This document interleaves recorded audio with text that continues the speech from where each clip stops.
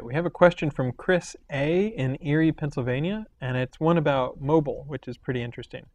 I have a server-side script that automatically redirects visitors to a mobile version of a site if they are using a mobile browser. My question is, what are some things to watch out for, if any, when serving different content based on the visitor? Great question. So a lot of people think just because they change what's happening, if it's a mobile browser that's coming, that they're worried they might be cloaking. And let's just go back and review the definitions. Cloaking is showing different content to users than it is a typical user than to Googlebot. Well, a typical user is going to be browsing using a desktop browser. They're not going to be using a mobile browser. So whenever Googlebot comes, don't do anything special. Don't do any, hard-coded if you are Googlebot.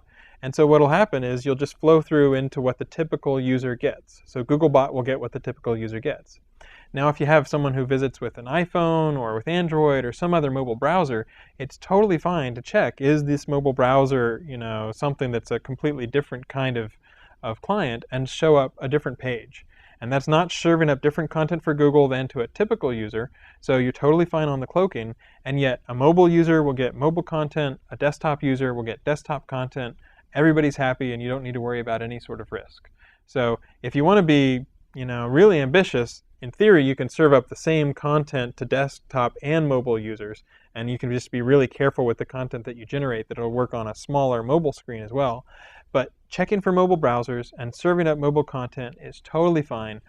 The only thing to be careful about, and it's the same rule as always, is treat Googlebot like you would treat a typical user, which in this case is just a desktop user. So give Googlebot the exact same content you would give someone surfing, in Firefox or Internet Explorer, not on an iPhone or an Android sort of capability. As long as you do that, you should be totally fine, and mobile users will be happy and your desktop users will be happy too.